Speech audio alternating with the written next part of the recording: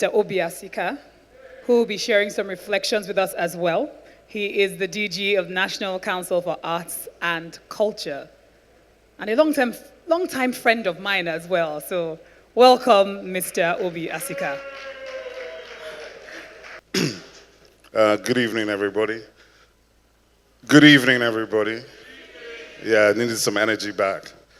Yeah, Wana, thank you, and good to see you. With hiding at the back. I'm going to follow the previous speaker who, as he said, I'm going to stand on established protocols. Thankfully, there are not too many government people here, so I don't have to remember anybody's titles.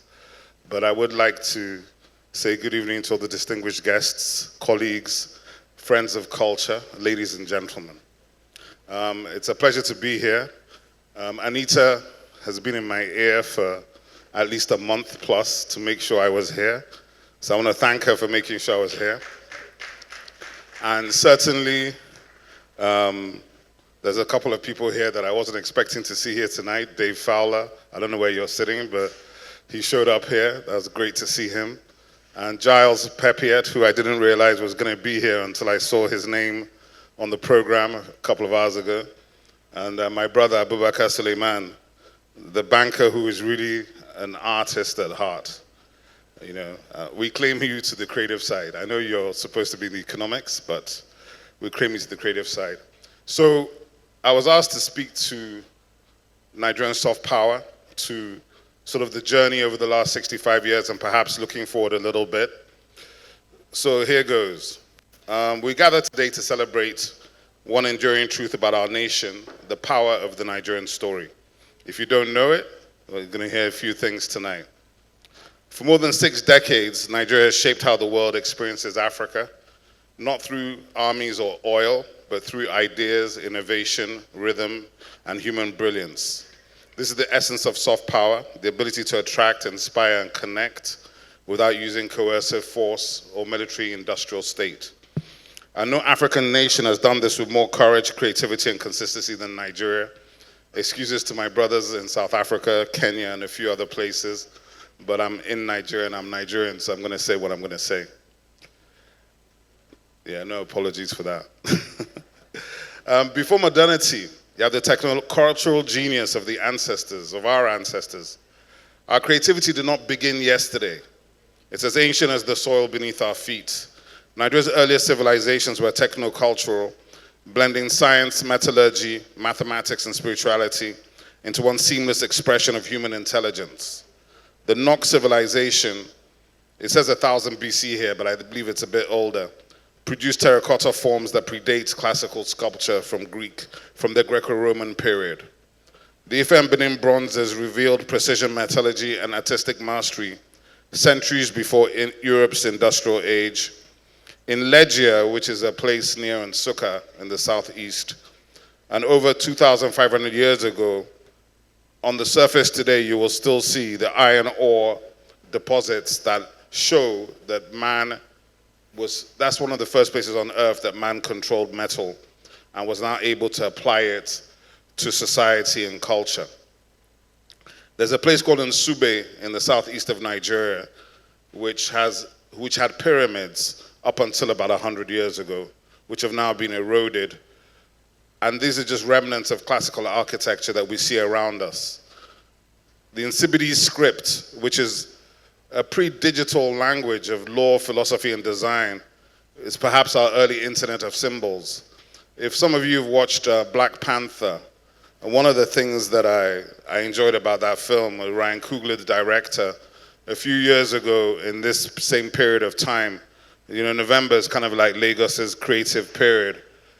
He was here when Disney had a Wakanda Forever premiere. And I asked him a question, because in Black Panther, you may not know this, but if you remember the film, the sister of T'Challa, Shuri, is the person that animates the vibranium, and it comes from the tips of her fingers.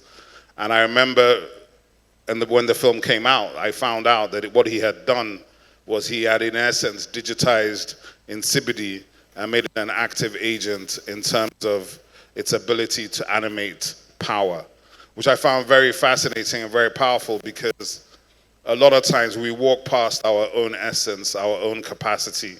And it's one of the reasons why I've always talked about, if you're Nigerian, you know who Shango is. Does anybody here know who Shango is who's not Nigerian?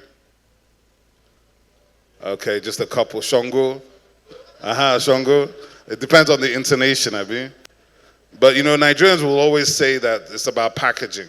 What's the difference? Because I always say, what's the difference between Shango, my friend, and Thor? And people will say it's packaging. And I say, no, it's about $50 billion. Because we have abandoned our essence. We don't engage it. We don't invest in it. We have not reimagined it. And we're all going to complain when Marvel or Disney do exactly what we should have done already. So one of the things about when you are blessed with what we are blessed with, you have a responsibility to activate and animate it and bring it to the world in fresh forms so that they can engage it. Because Nigeria has always been a maker nation where blacksmiths were engineers, priests were scientists, and art was architecture. So the truth of the matter is we are yet to tell our story fully. We have not celebrated Nigerian greatness through the ages, nor do we really celebrate it today, and nor have we canonized our civilizations. And the truth of the matter is, even with difficult times and difficult economic programs, I'll tell you something. About a few years ago, I'm not going to say how long because it's going to age me, but a few years ago I was responsible for bringing a television show called Big Brother to Nigeria. And it still is the biggest television show in Africa, Big Brother Nigeria. So because of that, if you actually go on Google and you type in Big Brother Nigeria, you get thousands of pages about a television show. But guess what? Before the TV show, before 2000 and whenever it first came, I almost gave that away. Before that time, if you actually searched for Big Brother Nigeria, what you would see was 50 African nations thanking their Big Brother Nigeria for various interventions, whether it was in art, whether it was in governance, whether it was in military interventions, whether it's in South Africa, Namibia, Angola, Sierra Leone, Liberia. Nigeria spent billions of dollars on this continent, standing up for African nations, investing in all of them, giving them manpower. And unfortunately, we lack memory here, so we don't know, and we don't think about it, and we don't celebrate it, and we don't tell the story. But it's an important story, and it should be told. And part of this Nigerian story is the fact that Nigeria is both ancient and modern. When you're in Nigeria, you're going to deal with the ancient values of the ecosystem. You're going to deal with the origins of people, because you're sitting in one of the places that is the origin of humanity. You have a people naturally formed by energy and context, living at the intersection of trade, spirituality, and imagination. Our markets, which is one of my sort of things I talk about, but if you've ever been into a Nigerian market, then you know that negotiation is a second nature to us. We don't feel we've done a deal unless you negotiated it. And even the market woman is probably the hardest negotiator in Nigeria, because she will take your last dime. But the thing about it is those markets represent one of the biggest left opportunities in Nigeria for business and commerce. The Nigerian markets, from Computer Village in Lagos, Ladipo, Kano, Sabongari, Wuse, Onitsha, Ariara. I'm just calling places that if you're Nigerian, you know where I'm talking about. But the thing about those markets is they represent about $50 billion a year in commerce. And guess what? All those markets are offline. If you were to look for any of those markets right now, you can't find any of the shops in any of the markets on your phone.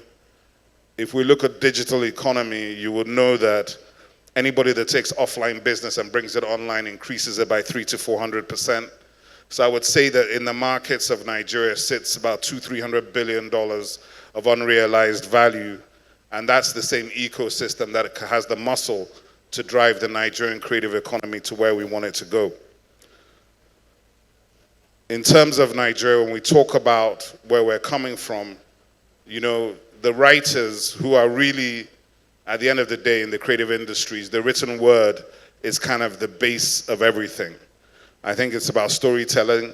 And storytelling can happen in many different ways. It can happen with visual arts, it can happen with literature, poetry, music, fashion, design.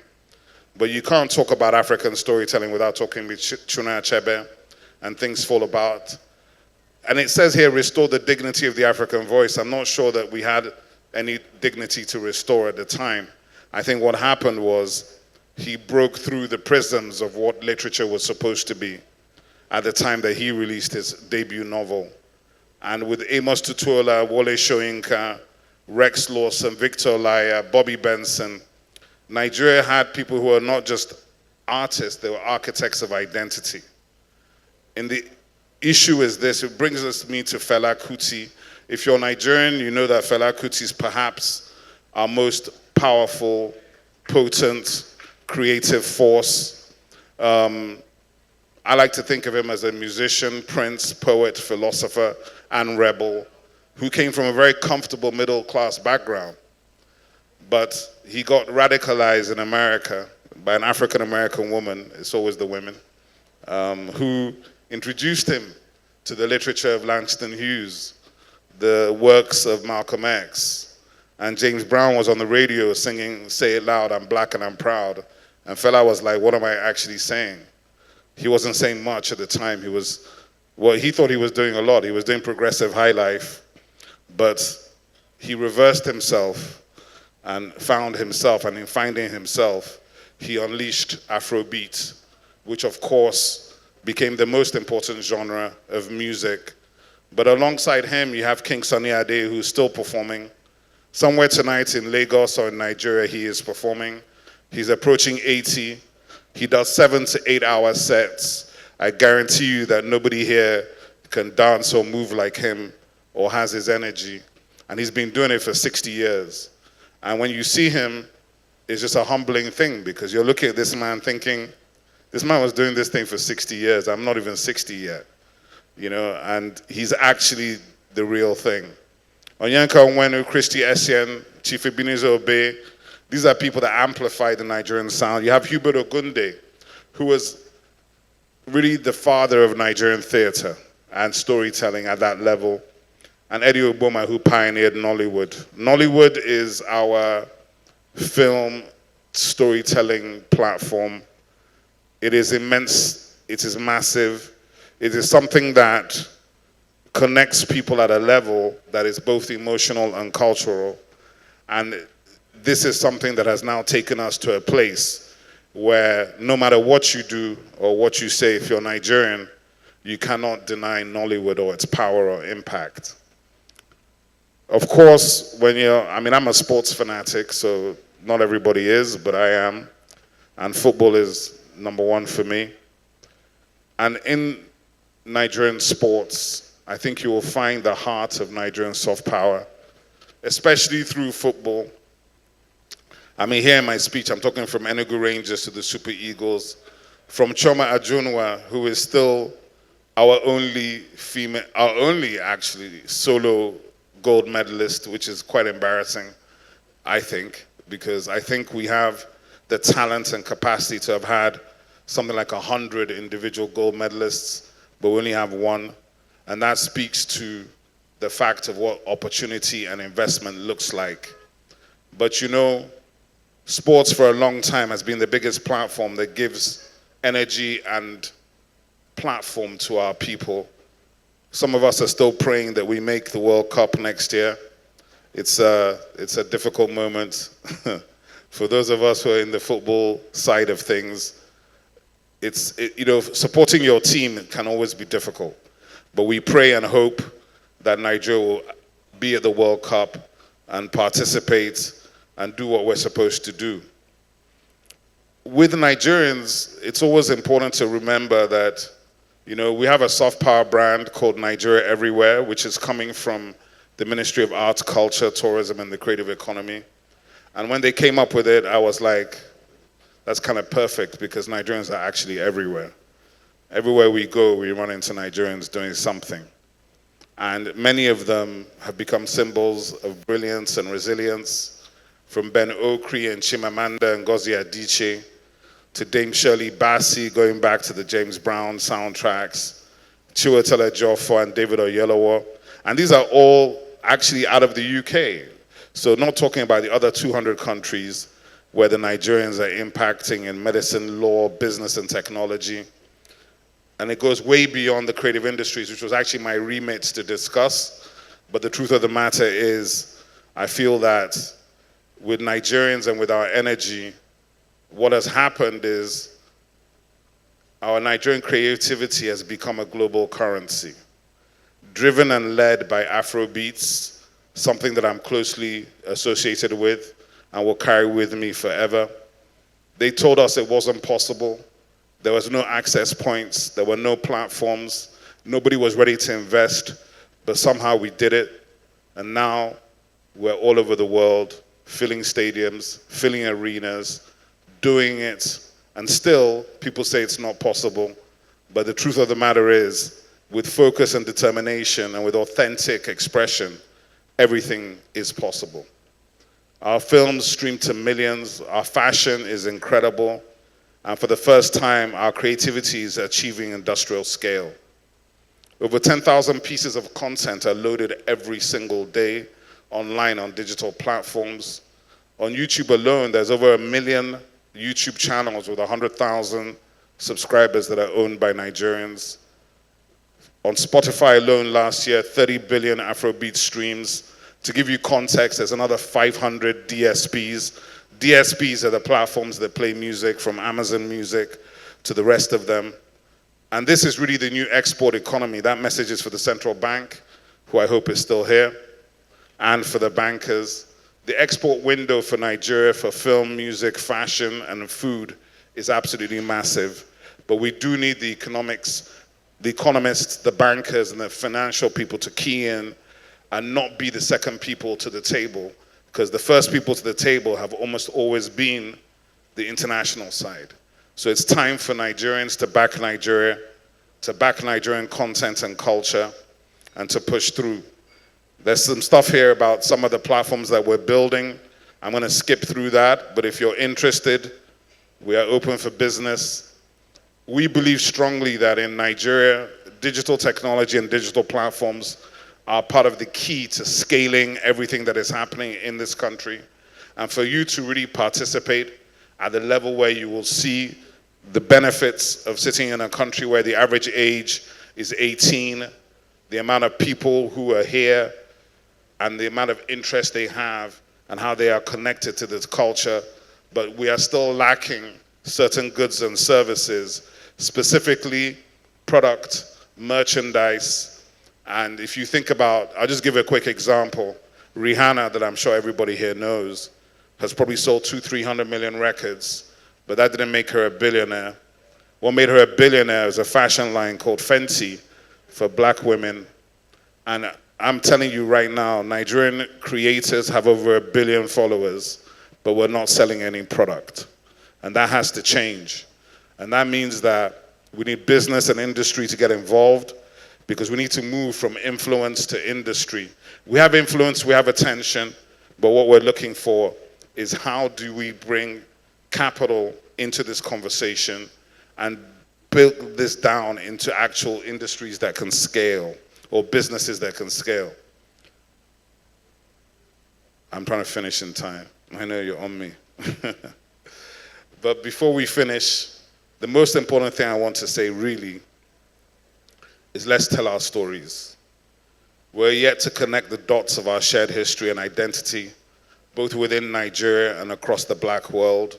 Not leaving out my white friends, of course, but I have a primary audience that I'm looking for.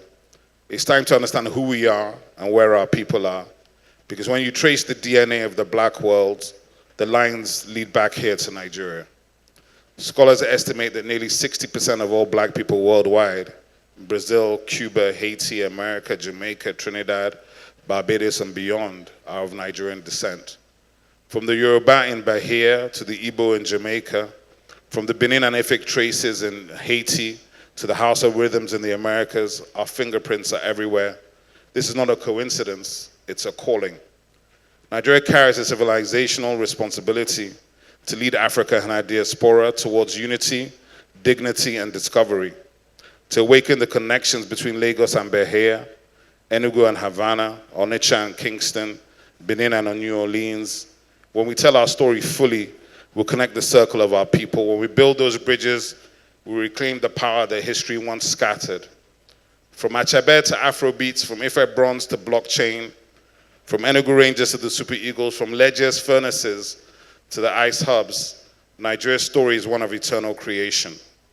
Our soft power is not an accident, it is inheritance, but the opportunity is actually now to back Nigerian creators and ideas, to scale our talent and turn influence into industry. Our DNA is innovation on steroids, and with focus, investment, and pride, Nigeria and Nigerians will be unstoppable. We must move from attention to enterprise, from influence to capital. The low-hanging fruit is ready. Products, merchandise, and experiences that turn global admiration into lasting economic growth. And as we do so, we have to carry the black world with us, because this is actually an ancestral connection. When Nigeria leads with the culture, the world tends to follow with respect, because Nigeria is not just a country, it is the root of a civilization.